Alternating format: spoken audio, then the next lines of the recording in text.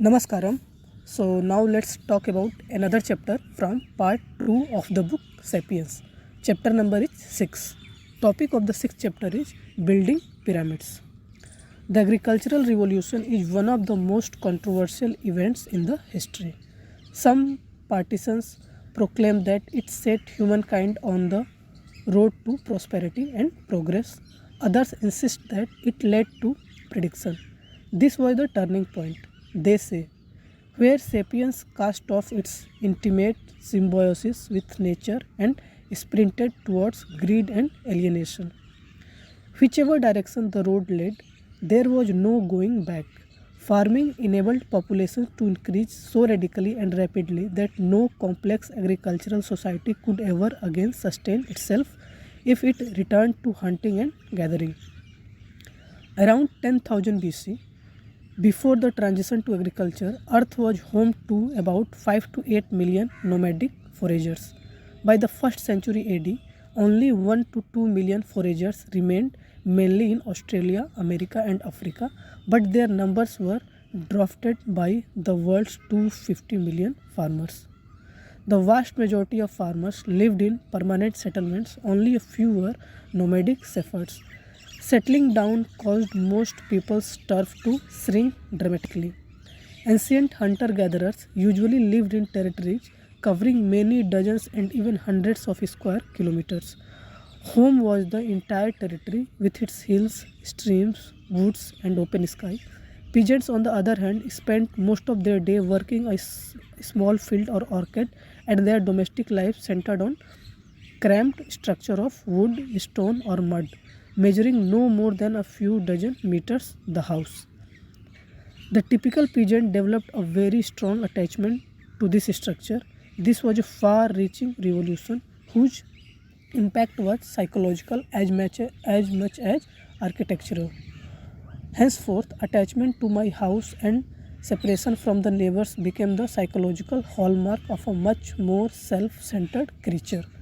The new agricultural territories were not only far smaller than those of ancient foragers but also far more artificial. Aside from the use of fire, hunter gatherers made few deliberate changes to the lands in which they roamed. Farmers, on the other hand, lived in artificial human islands that they laboriously carved out of the surrounding wilds. They cut down forests, dug canals, cleared fields, built houses, plowed furrows, and planted fruit trees in tidy rows. The resulting artificial habitat was meant only for humans and their plants and animals, and was often fenced off by walls and hedges. Farmer family did all they could to keep out wayward weeds and wild animals. If such interpolers made their way in, they were driven out. If they persisted, their human antagonists sought way to exterminate them. Particularly strong defenses were erected around the home. From the dawn to agriculture until the very day, billions of humans armed with branches, sweaters, shoes, and poison sprays have waged relentless war against the diligent ants, furtive roaches, and adventurous spiders and misguided beetles that constantly infiltrate the human domicile. For most of history, these man made enclaves remained very small, surrounded by expanses of untamed nature. The Earth's surface measures about 510 million square kilometers, of which 155 million is land. As late as AD 1400, the vast majority of farmers, along with their plants and animals, clustered together in an area of just 11 million square kilometers, 2% of the planet's surface. Everywhere else was too cold, too hot, too dry, too wet, or otherwise unsuited for cultivation. This minuscule 2% of the Earth's surface constituted the stage on which history unfolded. People found it difficult to leave their artificial islands. They could not abandon their houses, fields, and granaries without grave risk of loss. Furthermore, as time went on, they accumulated more and more things, objects not easily transportable, that tied them down. Ancient farmers might seem to us dirt poor, but a typical family possessed more artifacts than an entire forager tribe. First point is first heading is the coming of the future. While agricultural space shrank, agricultural time expanded. Foragers usually did not waste much time thinking about next month or next summer. Farmers sailed in their imagination years and decades into the future. Foragers discounted the future because they lived from hand to mouth and could only preserve food or accumulate possession with difficulty. Of course, they clearly engaged in some advanced planning. The creators of the cave paintings of Chauvet, Lascaux, and Altamira almost certainly intended them to last for generations. Social alliances and political rivalries were long term affairs. It often took years to rely a favor or to avenge a wrong. Nevertheless, in the subsistence economy of hunting and gathering, there was an obvious limit to such long term planning. Paradoxically, it saved foragers a lot of anxieties. There was no sense in worrying about things that they could not influence. The agricultural revolution made the future far more important than it had ever been before. Farmers must always keep the future in mind and must work in its service. The agricultural economy was based on a seasonal cycle of production comprising long months of cultivation followed by short peak periods of harvest. On the night following the end of a plentiful harvest, the peasants might celebrate for all they were worth. But within a week or so, they were again up at dawn for a long day in the field. Although there was enough food for today, next week, and even next month, they had to worry about next year and the year after that. Concern about the future was rooted not only in seasonal cycle of production but also in the fundamental uncertainty of agriculture. Since most villages lived by cultivating a very limited variety of domesticated plants and animals, they were at the mercy of drought, floods, and pestilence. Peasants were obliged to produce more than they consumed so that they could build up reserves. Without grain in the silo, jars of olive oil in the cellar, cheese in the pantry, and sauces hanging from the rafters, they would starve in bad years. And bad years were bound to come sooner or later. A peasant living on the assumption that bad years would not come did not live long. Consequently, from the very advent of agriculture, worries about the future became major players in the theatre of human mind.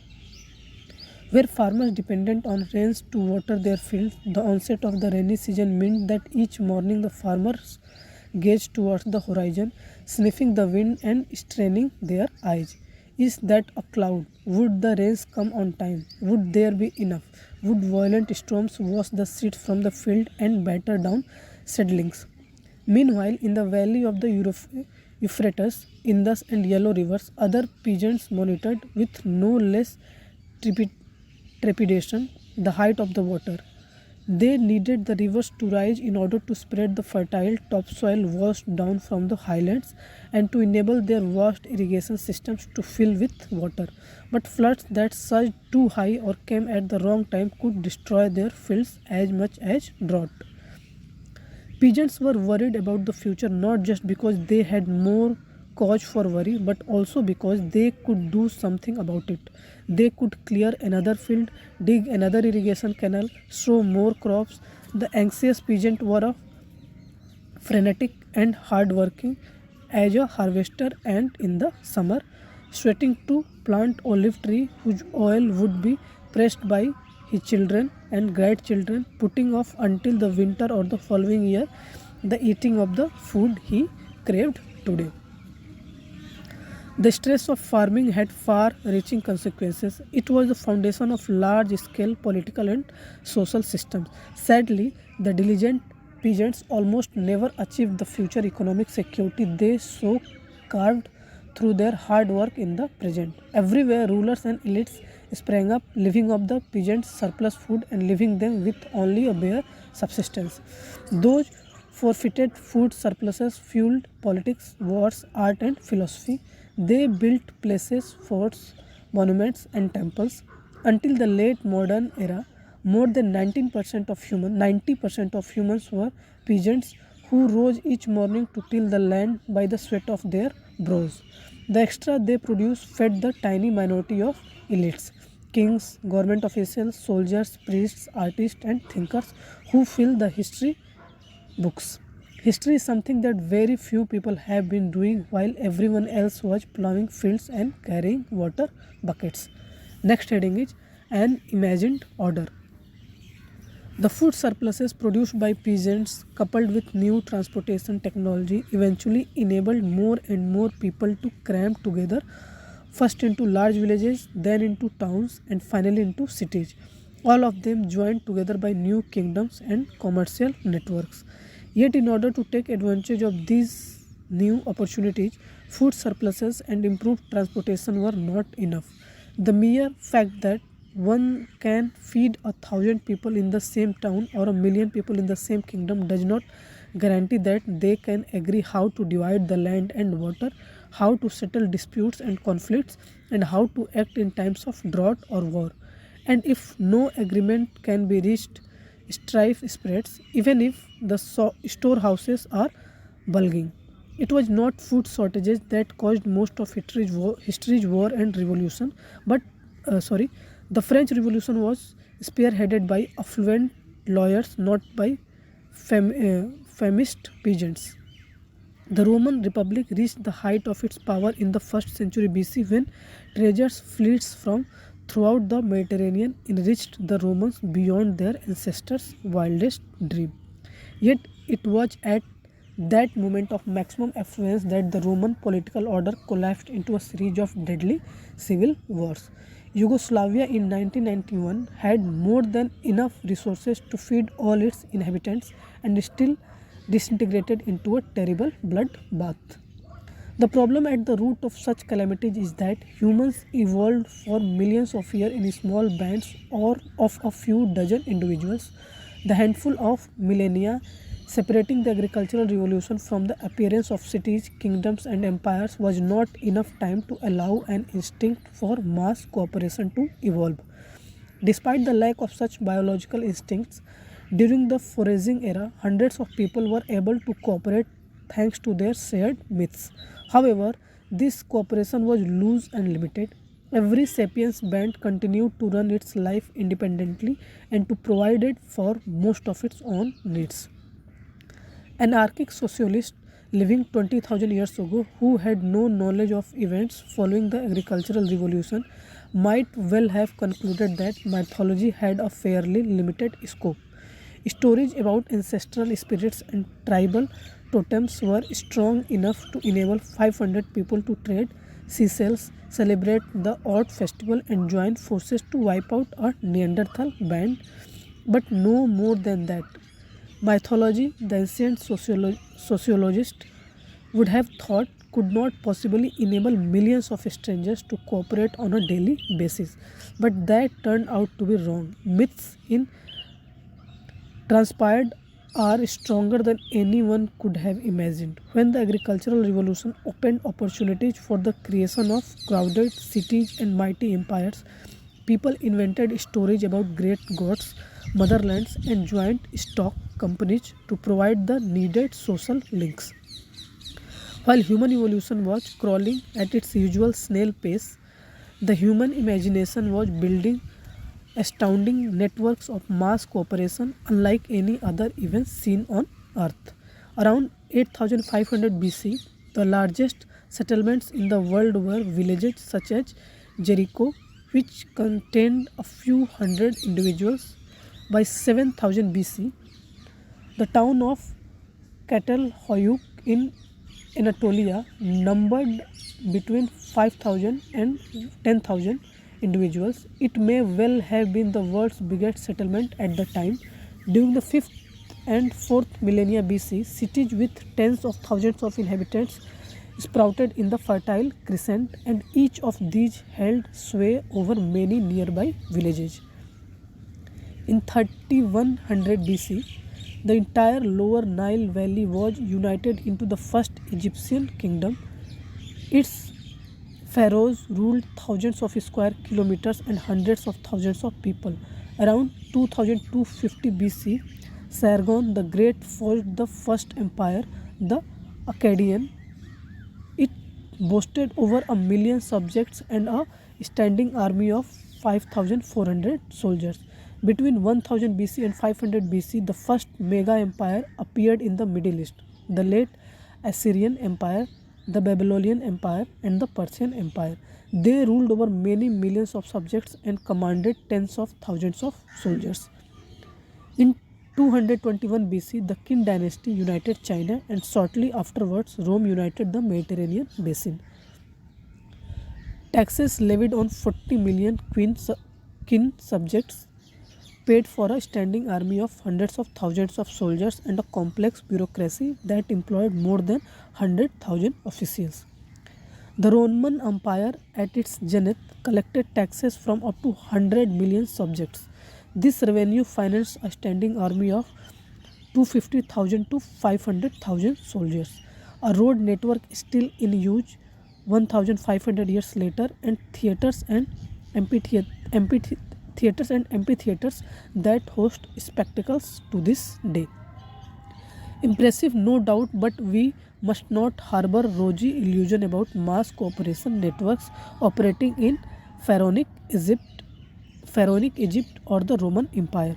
Cooperation sounds very altruistic, but is not always voluntary and seldom egalitarian. Most human cooperation networks have been geared towards oppression and exploitation. The peasants paid for the burgeoning cooperation networks with their precious food surpluses, despairing when the tax collector wiped out an entire year of hard labor with a single stroke of his imperial pen. The framed Roman amphitheaters were often built by slaves so that wealthy and idle Romans could watch other slaves engage in vicious gladi- gladiatorial combat. Gladiatorial combat. Even prisons and concentration camps are cooperation networks and can function only because thousands of strangers somehow manage to coordinate their actions. A picture is given. Below the picture, it is written a stone stela inscribed with the code of Hammurabi 1776 BC. All these cooperation networks, from the cities of ancient Mesopotamia to the Qin and Roman empires, were imagined orders. The social norms that sustained them were based neither on ingrained instincts nor on personal acquaintances, but rather on beliefs in shared myths. How can myths sustain entire empires? We have already discussed one such example, Peugeot. Now let's examine two of the best known myths of history. The Code of Hammurabi of 1776 BC, which served as a cooperation manual for hundreds of thousands of ancient Babylonians, and the American Declaration of Independence of AD 1776, which today still serve as a cooperation manual for hundreds of millions of modern Americans. A picture is given. Below the picture, it is written the Declaration of Independence of the United States, signed on 4th of July 1776. In 1776 BC, Babylon was the world's biggest city. The Babylonian Empire was probably the world's largest, with more than 1 million subjects. It ruled most of Mesopotamia, including the bulk of modern Iraq and parts of present-day Syria and Iran. The Babylonian kings most famous today is Hammurabi. His fame is due primarily to the text that bears his name, the Code of Hammurabi. This was a collection of laws and judicial decisions whose aim was to present Hammurabi as a role model of a just king, serve as a basis for a more uniform legal system across the Babylonian Empire, and teach future generations what justice is and how a just king acts. Future generations took notice. The intellectual and bureaucratic elite of ancient Mesopotamia canonized the text, and apprentice scribes continued to copy it long after Hammurabi died and his empire lay in ruins. Hammurabi's code is therefore a good source for understanding the ancient Mesopotamians' ideal of social order. The text began by saying that the gods Anu, Enlil, and Marduk, the leading deities of the Mesopotamian pantheon, appointed Hammurabi to make justice prevail in the land, to abolish the wicked and the evil, to prevent the strong from oppressing the weak. It then lists about 300 judgments given in the set formula. If such and such a things happen, such is the judgment. For example, judgment 196.196/9 and 209/14 read. 196. If a superior man should blind the eye of another superior man, they shall blind his eyes. 197. If he should break the bone of another superior man, they shall break his bone. 198. If he should blind the eye of a commander or break the bone of a commander, he shall weigh and deliver 60 shekels of silver. 199. If he should blind the eye of a slave of a superior man or break the bone of a slave of a superior man, he shall weigh and deliver 1/2 of the slave values in silver. 209. If a superior man strikes a woman of superior class and thereby causes her to miscarry her fetus, he shall weigh and deliver 10 shekels of silver for her fetus. 210. If that woman should die, they shall kill his daughter. 211. If he should cause a woman of commoner class to miscarry her fetus by the beating, he shall weigh and deliver 5 shekels of silver. 212. If that woman should die, he shall weigh and deliver 30 shekels of silver. 213. If he strikes a slave woman of a superior man and thereby causes her to miscarry her fetus, he shall weigh and deliver 2 shekels of silver. 214. If that slave woman should die, he shall weigh and deliver 20 shekels of silver. So these 196, 197, 198, 199 are from 196-9 section, and 209, 210, 211, 212, 213, 214 from 209/14 section. After listing his judgments, Hammurabi again declared that these are the just decisions which Hammurabi, the able king, has established and thereby has directed the land along the course of truth and the correct way of life. I am Hammurabi, noble king. I have not been careless or negligent towards humankind, granted to my care by the god Enlil, and with whose spearheading the god Marduk charged me. Hammurabi Code asserts that Babylonian social order is rooted in universal and eternal principle of justice dictated by the gods. The principle of hierarchy is of paramount importance. According to the code, people are divided into 2 genders and 3 classes: superior people, commoners, and slaves.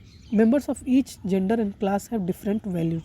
The life of a female commoner is worth 30 silver shekel and that of a slave woman 20 silver shekel, whereas the eye of a male commoner is worth 60 silver shekels. The code also establishes a strict hierarchy within families, according to which children are not independent persons, but rather the property of their parents.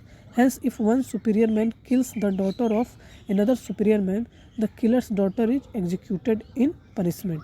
To us, it may seem strange that the killer remains unharmed, whereas his innocent daughter is killed, but to Hammurabi and the Babylonians, this seemed perfectly just. Hammurabi's code was based on the premise that if the king's subjects all accepted their positions in the hierarchy and acted accordingly, the empire's million inhabitants would be able to cooperate effectively. Their society could then produce enough food for its members, distribute it efficiently, protect itself against its enemies, and expand its territories so as to acquire more wealth and better security. About 3,500 years after Hammurabi's death, the inhabitants of 13 British colonies in North America felt that the King of Great Britain was treating them unjustly. Their representatives gathered in the city of Philadelphia, and on 4th of July 1776, the colonies declared that their inhabitants were no longer subject of the British crown. The Declaration of Independence proclaimed universal and eternal principles of justice, which, like those of Hammurabi, were inspired by a divine power. However, the most important principle dictated by the American god was somewhat different from the principle dictated by the gods of Babylon. The American Declaration of Independence asserts that we hold these truths to be self evident that all men are created equal, that they are endowed by their Creator with certain unalienable rights, that among these are life, liberty, and the pursuit of happiness.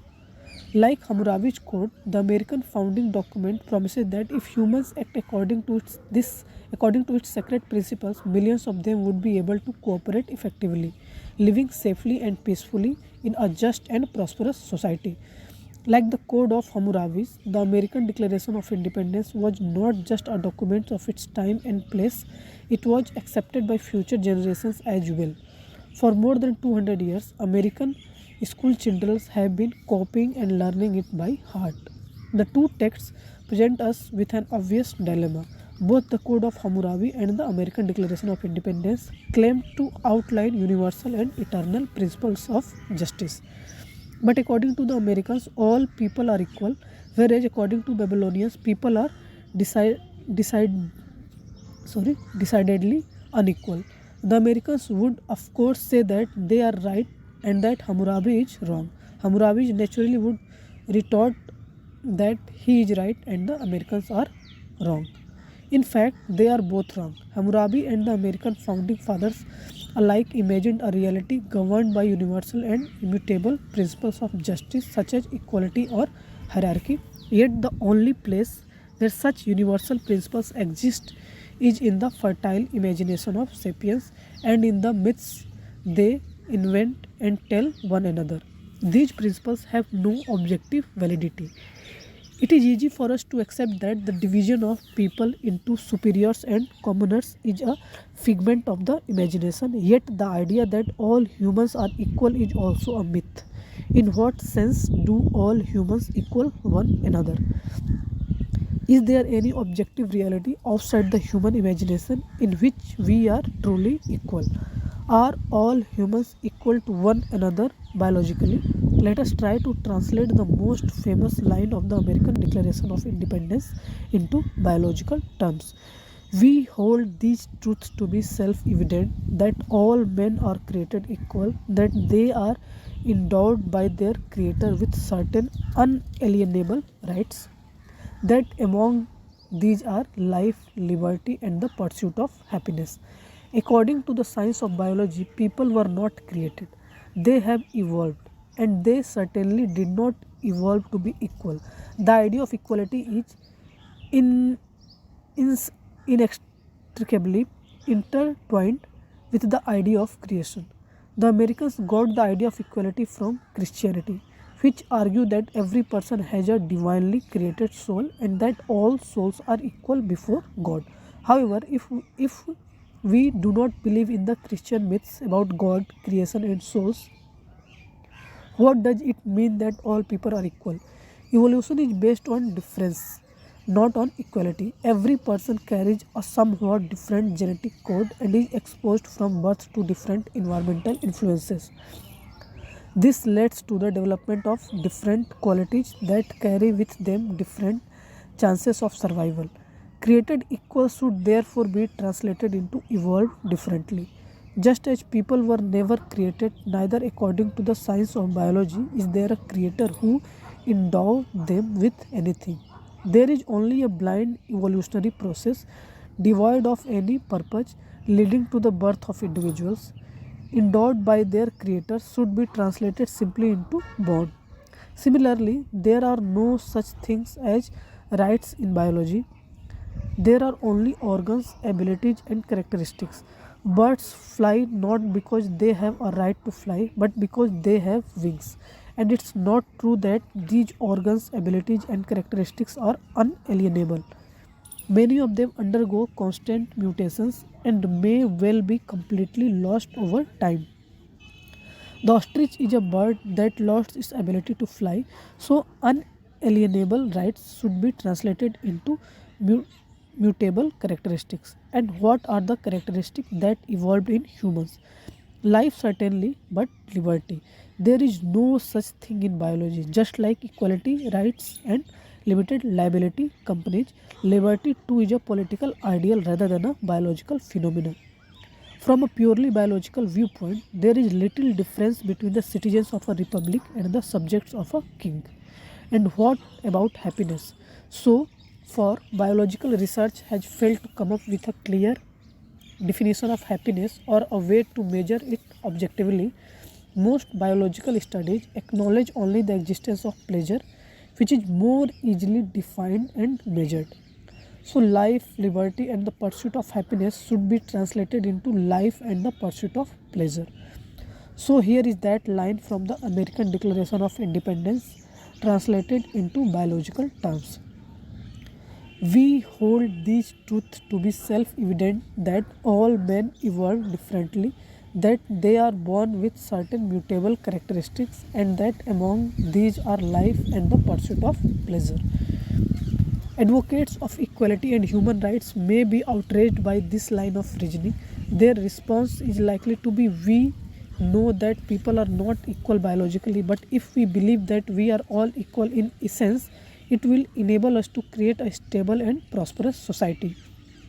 I have no argument with that. This is exactly what I mean by imagined order. We believe in a particular order not because it is objectively true, but because believing in it enables us to cooperate effectively and forge a better society. Imagined order are not evil conspiracies or useless mirages. Rather, they are the only way large numbers of humans can cooperate effectively. Bear in mind, though, that Hammurabi might have defended his principle of hierarchy using the same logic. I know that superiors, commanders, and slaves are not inherently different kinds of people, but if we believe that they are, it will enable us to create a stable and prosperous society. Next heading is true believers. It's likely that more than a few readers squirmed, squirmed in their chairs while reading the preceding paragraphs. Most of us today are educated to react in such a way. It is easy to accept that Hammurabi's code was a myth, but we do not want to hear that human rights are also a myth. If people realize that human rights exist only in the imagination, isn't there a danger that our society will collapse? Voltaire said about God that there is no God, but do not tell that to my servant, lest he murder me at night. Hammurabi would have said the same about his principle of hierarchy, and Thomas Jefferson about human rights. Homo sapiens has no natural rights, just as spiders, hyenas, and chimpanzees have no natural rights. But don't tell them that to our servants, lest they murder us at night. Such fears are well justified. A natural order is a stable order. There is no chance that gravity will cease to function tomorrow, even if people stop believing in it. It contrasts an imagined order is always in danger of collapse because it depends upon myths.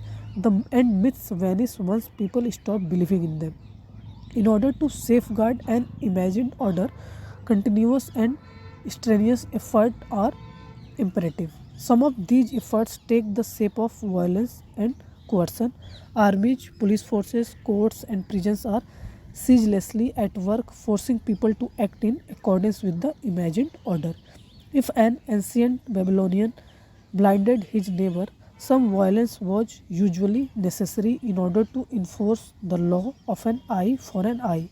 When in 1860 a majority of American citizens concluded that African slaves are human beings and must therefore enjoy the right of liberty, it took a bloody civil war to make the southern states acquiesce. acquiesce. However, an imagined order cannot be sustained by violence alone. It requires some true believers as well. Prince Talleyrand, who began his chameleon like career under Louis XVI, later served the revolutionary and Napoleonic regimes and switched loyalties in time to end his days working for the restored monarchy, summed up decades of governmental experience by saying that you can do many things with bayonets, but it is rather uncomfortable to sit on them. A single priest often does the work of 100 soldiers for more cheaply and effectively. Moreover, no matter how efficient bayonets are, someday must wield them.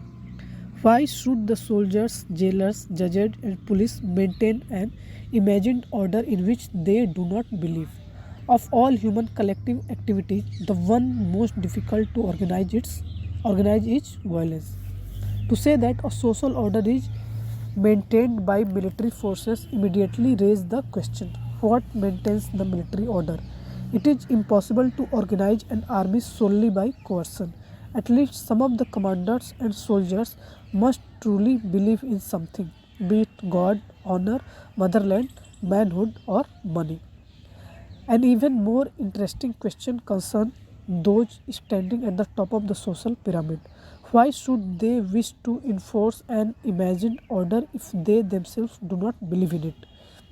It is quite common to argue that the elite may do so out of cynical greed.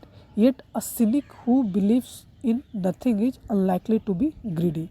It does not take much to provide the objective biological need of Homo sapiens. After those needs are met, more money can be spent on building pyramids, taking holidays around the world, financing election campaign, funding your favorite terrorist organization, or investing in the stock market and making yet more money.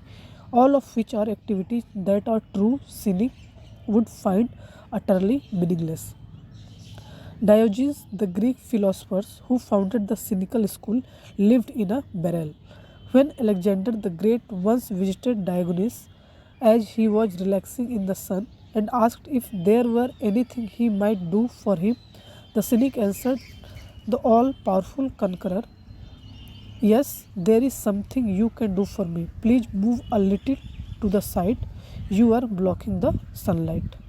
This is why cynics do not build empire and why an imagined order can be maintained only if large segments of the population and in particular large segments of the elite and the security forces truly believe in it. Christianity would not have lasted 2000 years if the majority of bishops and priests failed to believe in Christ. American demography would not have lasted 250 years if the majority of presidents and congressmen failed to believe in human rights. The modern economic system would not have lasted a single day if the majority of investors and bankers failed to believe in capitalism. Next point is the prison walls. How do you cause people to believe in an imagined order such as Christianity, democracy, or capitalism? First, you never admit that the order is imagined. You always insist that the order sustaining society is an objective reality created by the great gods or by the laws of nature. People are unequal not because Hammurabi said so, but because Enlil and Marduk decreed it. People are equal not because Thomas Jefferson said so, but because God created them that way. Free markets are the best economic system not because Adam Smith said so, but because these are the immutable laws of nature. You also educate people thoroughly. From the moment they are born, you constantly remind them of the principles of the imagined order, which are incorporated into anything and everything. They are incorporated into fairy tales, dramas, paintings, songs, etiquette, political propaganda, architecture, recipe, and fashions. For example, today people believe in equality. So it's fashionable for rich kids to wear jeans, which were originally working class attire. In medieval Europe, people believed in class divisions, so no young nobleman would have worn a peasant's smock. Back then, to be addressed as sir or madam was a rare privilege. reserved for the nobility and often purchased with blood. Today, all polite correspondence, regardless of the recipient, begins with Dear Sir or Madam. The humanities and social sciences devote most of their energies to explaining exactly how the imagined order is woven into the tapestry of life.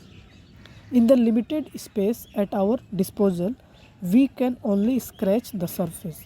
Three main factors prevent people from realizing that the order organizing their lives exists only in their imagination. A. Some points are given. First point A is given: the imagined order is embedded in a material world. Though the imagined order exists only in our minds, it can be woven into the material reality around us and even set in stone.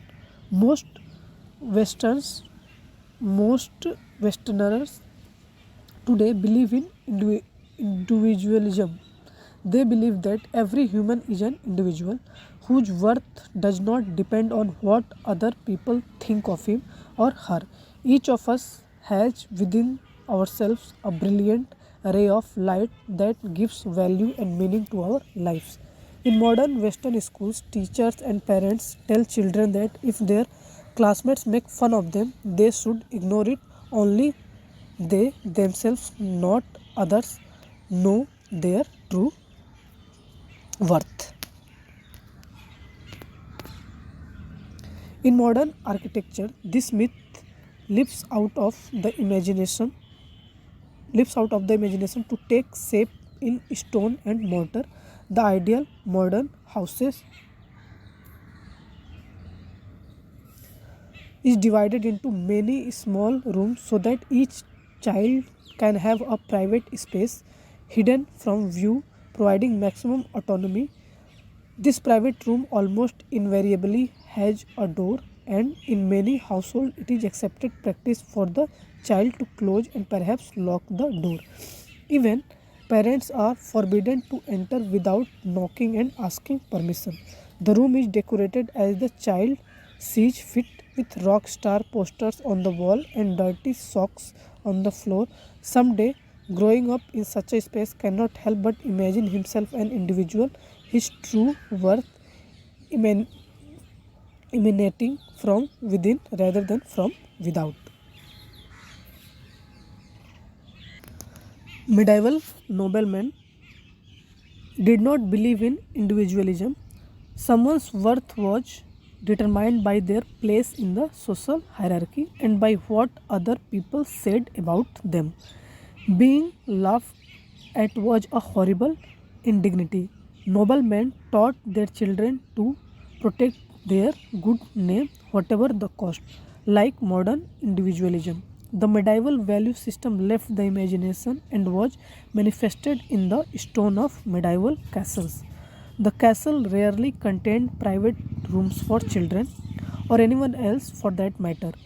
The teenage son of a medieval baron did not have a private room on the castle's second floor with posters of Richard and Lionheart and King Arthur on the walls and the locked door that his parents were not allowed to open. He slept alongside many other youths in a large hall. He was always on display and always had to take into account what others saw and said.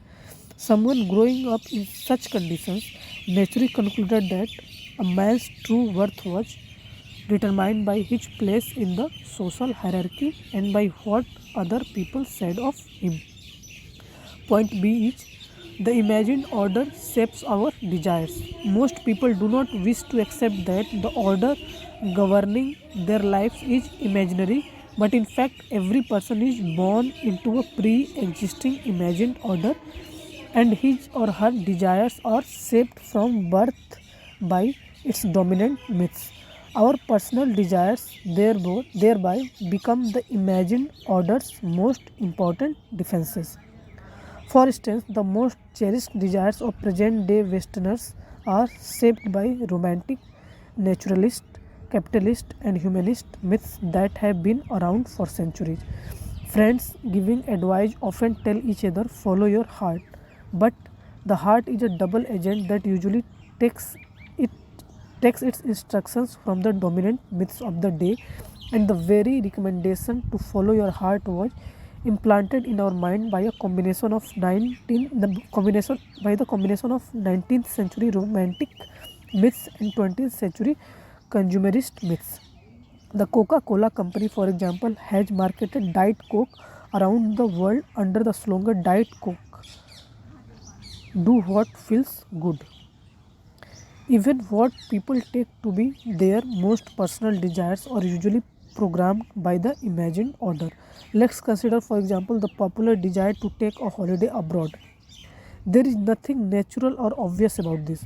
A chimpanzee alpha male would never think of using his power in order to go on holiday into the territory of a neighboring chimpanzee band. The elite of ancient Egypt spent their fortunes building pyramids and having their corpse mummified, but none of them thought of going shopping in Babylon or taking a skiing holiday in Phoenicia. Phoenicia. Phoenicia. People today spend a great deal of money on holiday abroad because they are true believers in the myths of romantic consumerism. Romanticism tells us that in order to make the most of our human potential, we must have as many different experiences as we can. We must open ourselves to a wide spectrum of emotions. We must sample various kinds of relationships. We must try different cuisines. We must learn to appreciate different styles of music. One of the best ways to do all that is to break free from our daily routine, leave behind our familiar setting, and go traveling in distant lands where we can experience the culture, the smells, the taste, and the norms of other people. We hear again and again the romantic myths about how a new experience opened my eyes and changed my life. Consumerism tells us that in order to be happy, we must consume as many products and services as possible. If we feel that something is missing or not quite right, then we probably need to buy a product, a car, new clothes, organic food, or a service, housekeeping, relationship therapy, yoga classes. Every television commercial is another little legend about how consuming some product or service will make life better. A picture is given. Below the picture, it is written, "The Great Pyramid of Giza, the kind of thing rich people in ancient Egypt did with their money." Romanticism, which encourages variety, messes perfectly with consumerism. Their marriage has given birth to an infinite market of experiences on which the modern tourism industry is founded. The tourism industry does not sell flight tickets and hotel bedrooms, it sells experiences. Paris is not a city, nor India a country. They are both experiences, the consumption of which is supposed to widen our horizons, fulfill our human potential, and make us happier. Consequently, when the relationship between a millionaire and his wife is going through a rocky patch, he takes her on an expensive trip to Paris. The trip is not a reflection of some independent desire, but rather of an ardent belief in the myths of romantic consumerism. A wealthy man in ancient Egypt could never have dreamed of solving a relationship crisis by taking his wife on holiday to Babylon. Instead, he might have built for her the sumptuous tomb she had always wanted. Like the elite of ancient Egypt, most people in most cultures dedicated their lives to building pyramids. Only the names, shapes, and sizes of these pyramids change from one culture to other. They may take the form, for example, of a suburban cottage with a swimming pool and an evergreen lawn, or a gleaming penthouse with an inviolable, inviolable view. We question the myths that causes us to desire the pyramid in the fireplace. Point C is the imagined order is intersubjective. Even if by some superhuman effort I succeed in freeing my personal desire from the grip of the imagined order. I am just one person. In order to change the imagined order, I must convince millions of strangers to cooperate with me. For the imagined order is not a subjective order existing in my own imagination, it is rather an intersubjective order existing in the shared imagination of thousands and millions of people. In order to understand this, we need to understand the difference between objective, subjective, and intersubjective. The objective phenomena exist independently of human consciousness and human beliefs. Radioactivity, for example, is not a myth. Radioactive emissions occurred long before people discovered them, and they are dangerous even when people do not believe in them. Marie Curie, one of the discoverers of radioactivity, did not know during her long years of studying radioactive materials, that they could harm her body. While she did not believe that radioactivity could kill her, she nevertheless died of aplastic anemia, a disease caused by overexposure to radioactive materials. The subjective is something that exists depending on the consciousness and beliefs of a single individual. It disappears or changes if that particular individual changes his or her beliefs. Many a child believes in the existence of an imaginary friend who is invisible and inaudible to the rest of the world. The imaginary friend exists solely in the child's subjective consciousness, and when the child grows up and ceases to believe in it, the imaginary friend fades away. The intersubjective is something that exists within the communication network linking the subjective consciousness of many individuals. If a single individual changes his or her belief or even dies, it is of little importance. However, if most individuals in the network die or change their beliefs, the intersubjective phenomena will mutate or disappear. Intersubjective phenomena are neither malevolent, frauds, nor insignificant charades. They exist in a different way from physical phenomena such as radioactivity, but their impact on the world may still be enormous. Many of history's most important drivers are intersubjective: law, money, gods, nations. Peugeot, for example, is not the imaginary friend of Peugeot's CEO. The company exists in the shared imagination of millions of people. The CEO believes in the company's existence because the board of directors also believes in it. And do the company's lawyers, the secretaries in the nearby office, the tellers in the bank, the brokers on the stock exchange, and car dealers from France to Australia. If the CEO alone was suddenly to stop believing in Peugeot's existence, he would quickly land in the nearest mental hospital and someone else would occupy his office. Similarly, the dollar, human rights, and the United States of America exist in the shared imagination of billions, and no single individual can threaten their existence. If I alone were to stop believing in the dollar, in human rights, or in the United States, it would not much matter. These imagined order are intersubjective. So in order to change them, we must simultaneously change the consciousness of billions of people, which is not easy. A change of such magnitude can be accomplished only with the help of a complex organization such as a political party, an ideological movement, or a religious cult. However, in order to establish such complex organization, it's necessary to conceive many strangers to cooperate with one another, and this will happen only if these strangers believe in some shared myths. It follows that in order to change an existing imagined order, we must first believe in an alternative imagined order. In order to dismantle Peugeot, for example, we need to imagine something more powerful, such as the French legal system. In order to dismantle the French legal system, we need to imagine something even more powerful, such as French state. And if we would like to dismantle that too, we will have to imagine something yet more powerful. There is no way out of the imagined order. When we break down one prison wall and run towards freedom, we are in fact running into the more spacious exercise yard of a bigger prison. So this is the end of chapter 6. I hope you love this discussion, you enjoy this discussion, gain some knowledge and perspective out of it. So keep learning, keep enjoying, keep growing. Namaskaram. Thank you.